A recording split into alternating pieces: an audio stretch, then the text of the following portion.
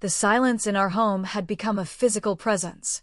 It wasn't an angry silence, but a soft, settled dust that covered the vibrant colors of our life together. 10 years with my husband, Mark, had been a gift. He was a landscape architect, a man who built beauty and order from chaos.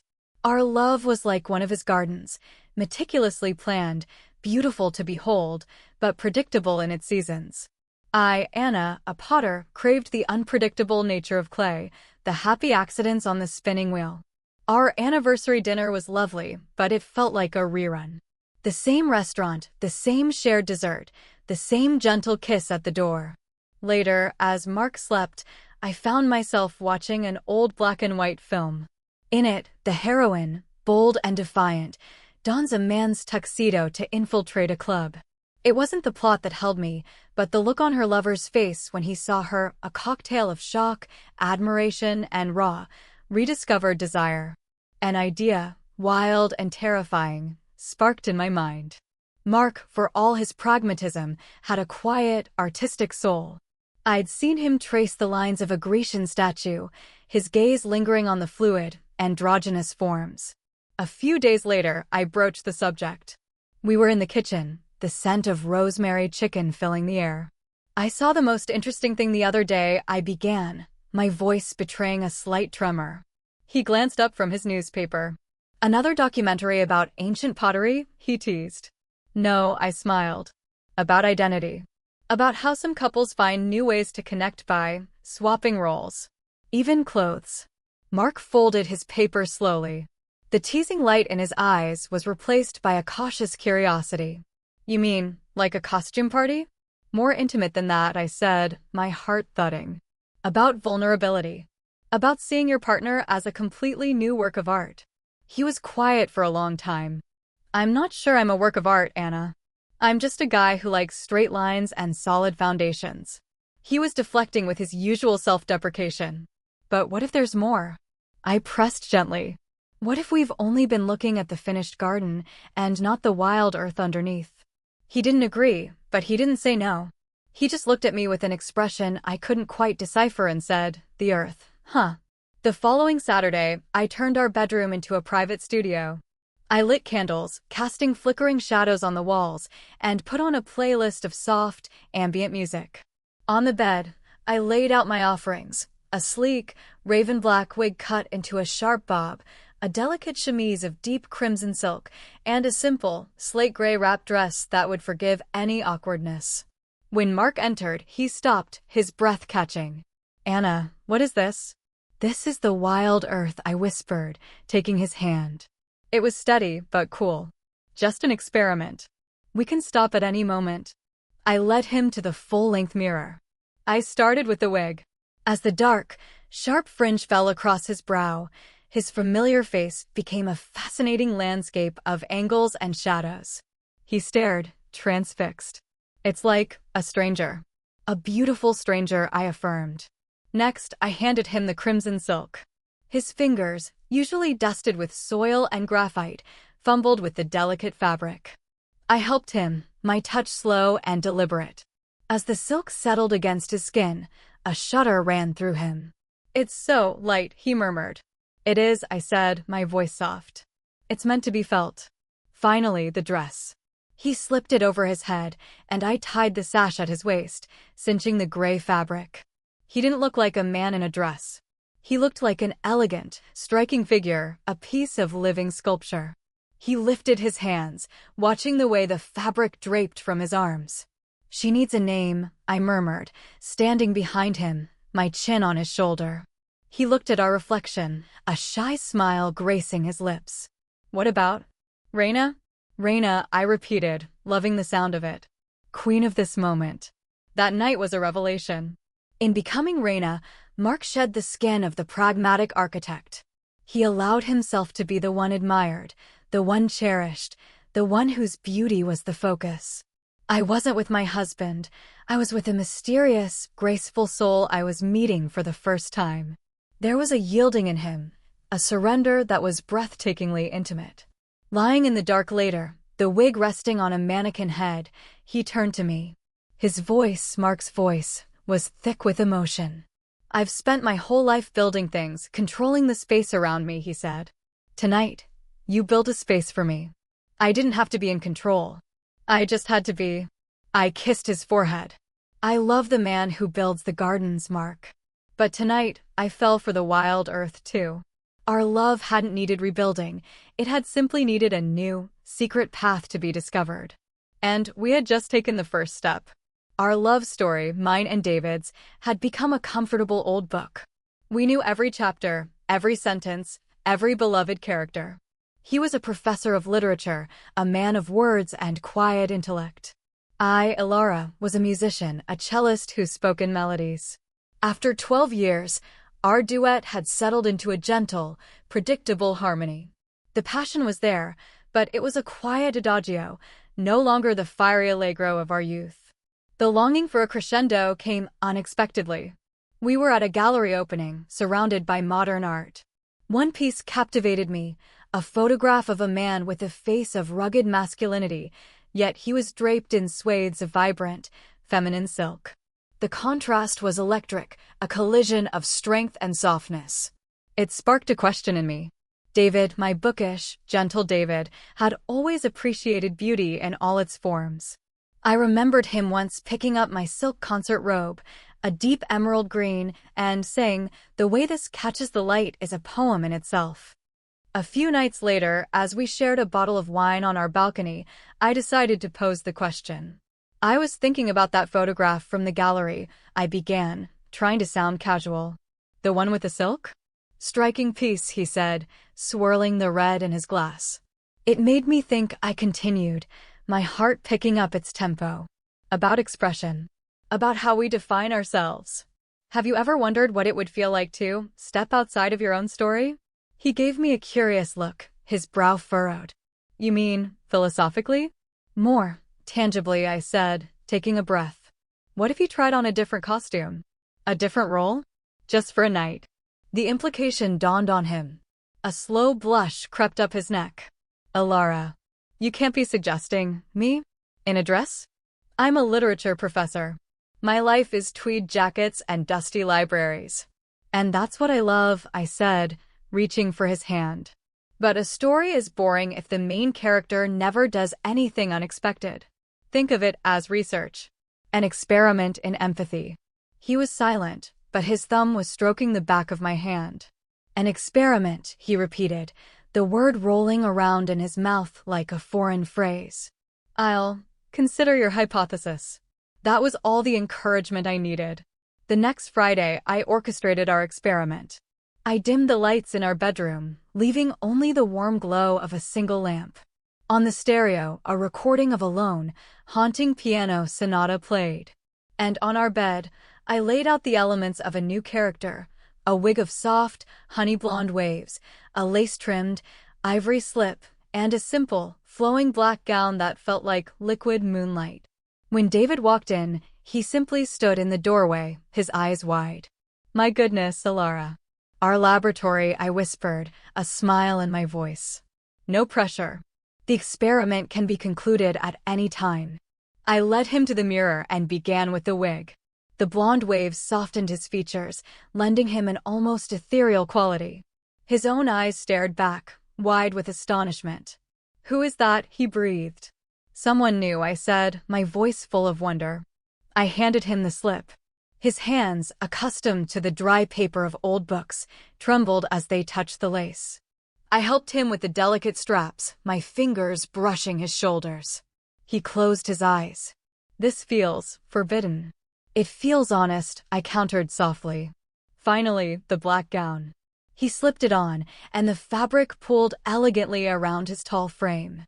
He turned, slowly, a look of profound disbelief on his face. The man who lived in words was, for once, speechless. Does she have a name? I asked, wrapping my arms around him from behind. He thought for a moment, his eyes on our reflection. How about Cleo? The muse of history. Cleo, I breathed. And what story will you tell tonight? As Cleo, David was transformed. The quiet observer became the observed. The intellectual became the sensual. I didn't make love to my husband that night. I communed with a muse. Every touch was a question, every kiss an answer. I was discovering a hidden verse in the poem of the man I loved. He moved with a newfound grace, a vulnerability he rarely showed outside the pages of a book. Later, tangled in the sheets, the lamplight soft on our skin, he turned to me. "You know," he said, his voice husky, "all my life I've analyzed characters. I've deconstructed their motives, their fears, their desires. But I never understood. Not really." He paused, looking at me with incredible intensity. "Tonight, I didn't analyze. I felt. You didn't just see a different side of me. You gave me permission to see it myself." I held him close, my heart a full orchestra. "I love every chapter of you, David. And I love Cleo, too." We had not rewritten our story, but we had added a secret, beautiful epilogue, one that promised many more unexpected verses to come. Sam and I were builders. He built houses, his hands calloused and capable, creating sturdy shelters for families. I, Chloe, was a software engineer, building intricate worlds of code and logic. Our marriage of 9 years was like a well-built house, strong, reliable, and perfectly functional. The love was the foundation, solid and deep. But the rooms had become too familiar, the rhythm of our days a predictable blueprint. I missed the spark of spontaneous creation. The catalyst for change was mundane. I was cleaning out our closet and found a box from a long-forgotten costume party. Inside was a flapper dress I'd worn, all sequins and fringe. As I held it up, Sam walked in. He stopped, and for a moment, his gaze on the dress was unreadable. It wasn't lustful, but intensely curious, almost wistful. "That thing must feel amazing to wear," he'd said, almost to himself, before shaking his head and moving on. But the comment stuck with me. Sam, my practical, no-nonsense husband, a man who lived in work boots and denim, had wondered about the feel of sequins. I started noticing other things, the way he'd admire the drape of a stranger's scarf, the way his eyes would follow the shimmer of a silk shirt in a shop window. It was a silent language of desire I hadn't known how to read. So, one evening, over pizza and beer, our sacred weeknight ritual, I took a leap. "Hey," I started, trying to sound breezy. Random thought. "Remember that flapper dress?" He nodded, taking a bite of pizza. "Yeah, the shiny one. You said it must feel amazing to wear," I said, watching him carefully. "Have you ever, wanted to try something like that? For fun?" He choked on his beer, his eyes wide. "Whoa, Chloe. Where did that come from? Me? In sequins? I'm built like a brick wall. I'd look ridiculous." "It's not about looking ridiculous," I said softly, pushing the pizza box aside. "It's about feeling. You spend your days with concrete and wood. I spend mine with logic gates. We've forgotten how to just play. To feel something different on our skin." He fell silent, his usual gruff defensiveness warring with a clear flicker of interest. He looked down at his calloused hands. "I don't know how to play like that." "I could teach you," I offered. "I could build a new world for us, just for one night." The following Friday, I executed the code for our new reality. I set up soft, colored LED lights in our bedroom, cycling through hues of blue and purple. I put on a thrumming, electronic ambient track. And on the bed lay my carefully selected variables, a long, wavy brown wig, a satin and lace teddy in a deep plum color, and a simple, elegant black maxi dress made of a soft, heavy jersey that would drape beautifully. When Sam came in, he froze, looking like a man who had walked into the wrong program. "Chloe, this is a lot." "It's our sandbox environment," I said, using a term he'd understand. "Safe to experiment. No consequences. We can exit any time." I took his large, rough hand in mine. "Trust me?" He gave a slow nod. I started with the wig, the soft curls tumbling around his strong jawline, instantly transforming his familiar face into someone softer, more mysterious. He stared at the mirror, touching the hair gingerly. "Weird," he breathed. "Good weird," I whispered back. Next was the teddy. His whole body was tense as he slipped it on, the unfamiliar textures of satin and lace against his skin a clear shock to his system.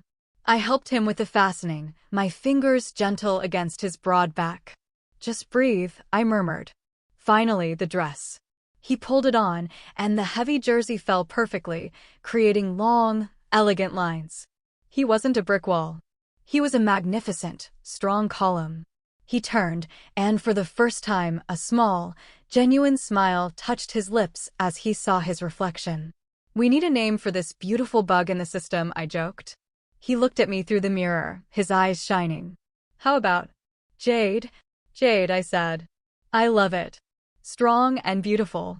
That night, our intimacy was deconstructed and rebuilt from the ground up. With Jade, Sam wasn't the stoic builder. He was a creation in progress. He was vulnerable, receptive, and stunningly graceful. It was an exploration of textures, of roles, of a hidden self. I was no longer a programmer. I was an artist, and he was my beautiful, breathing masterpiece. Lying in the quiet aftermath, the colored lights painting soft patterns on the ceiling, he spoke. "My whole life," he said, his voice low and gravelly, "I've focused on the frame. The support. The structure. I never thought about the interior. About the curtains or the paint." He turned to face me. "Tonight, you decorated my soul, Chloe. You showed me a room inside myself I never knew I had." I kissed him, my heart overflowing. "I love the house you built for us, Sam. And now I love its secret, beautiful rooms too." Our foundation was still strong, but now we knew how to open the door to a whole new world. Ethan was a man of the earth. As a geologist, his life was about rocks, time, and the immense, slow pressures that formed the world. Our 15-year marriage was similar, solid, enduring, a landscape I knew by heart. I, Maya, was a journalist, always chasing the fleeting story, the sudden event. The contrast had once been our strength, but lately, it felt like a divide. Our love was a bedrock, but I missed the earthquakes. The tremor that shifted my perspective came from an interview I was conducting with a performance artist. She spoke about identity as a fluid costume, about the power of shedding one's daily skin to find a truer self beneath. "We are all just collections of roles we play," she'd said. "The real art is in choosing which role to inhabit." The words echoed in my mind. Ethan, my steady, predictable Ethan, had once confessed, after 2 glasses of wine, that he sometimes wondered what it would be like to not feel so solid, to be more like water. I decided to create a flood. A few days later, while we were hiking, surrounded by the granite and schist he loved so much, I brought it up. "I was thinking about that artist I interviewed," I said, navigating a rocky patch. "The one who paints herself gold?" he asked, offering me a hand. "The same." She said something that stuck with me. About roles. About choosing who we want to be. I took a deep breath. "Have you ever wanted to be someone else, Ethan? Just for a little while?" He stopped, turning to me with his calm, assessing gaze. "I'm a geologist, Maya. I deal in what is tangible, what is real. But what if this is real too?" I countered. "What if there's a part of you that isn't solid rock? What if there's a river running underneath? I've seen you look at my scarves, the way the silk moves. You called it fluid dynamics once." A faint smile touched his lips. He remembered. "It's a long way from fluid dynamics to what you're suggesting." "Maybe not," I said. "Maybe it's just about letting go of the pressure. About eroding the edges a little. For fun. For us." He didn't answer, but for the rest of the hike, he was unusually quiet, his eyes not on the rocks, but on the horizon. On our anniversary, I decided to change the landscape. I transformed our bedroom into a grotto, lit by dozens of flickering candles, the air smelling of sandalwood and rain. On the bed, I laid out my geological treasures, a wig the color of fiery copper, a slip of deep ocean blue, and a dress in a soft, moss-green velvet. When Ethan saw it, he just stood there, taking it all in. "You're creating a new stratum," he said, his geologist's mind making its own metaphor. "A metamorphic event," I whispered, taking his hand. "Are you ready for a little heat and pressure?" I led him to the mirror. The copper wig was first, its vibrant color a stark, beautiful contrast to his quiet demeanor. It framed his face, and suddenly, a stranger with his eyes looked back. "My God," was all he could say. Next, the blue slip. His hands, used to the rough texture of stone, were clumsy with the silk. I helped him, my touch a slow, patient process. He shuddered as the cool fabric slid over his skin. "It's like diving into cold water," he murmured. Finally, the green velvet dress. It hugged his lean frame, the rich texture absorbing the candlelight. He looked ancient and new at the same time, like a druidic figure from a lost age. He ran a hand down the velvet, his expression one of pure wonder. "Who are you tonight?" I asked, my voice a hush. He looked at our reflection, a slow, wondrous smile spreading across his face. "Let's call her Tara. Tara," I repeated. "Of the earth, but transformed." That night was a seismic shift. As Tara, Ethan was no longer the solid, immovable man I knew. He was fluid, expressive, a landscape of surprising softness and deep currents. The lovemaking was an act of discovery, of mapping a new territory within the man I had known for half my life. I wasn't just with my husband, I was with a living, breathing piece of the earth's hidden magic.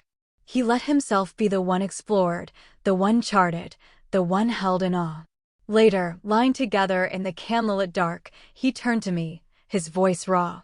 "I spend my days studying how things are formed, how they become hard and unyielding over millennia," he said. "I think I became a bit like one of my rocks." He reached out and touched my face. "Tonight, you were the river. You wore me down. You found the part of me that could still flow." I held him tight, my heart a molten core of love. "I love my rock, Ethan. But I think I love the river even more."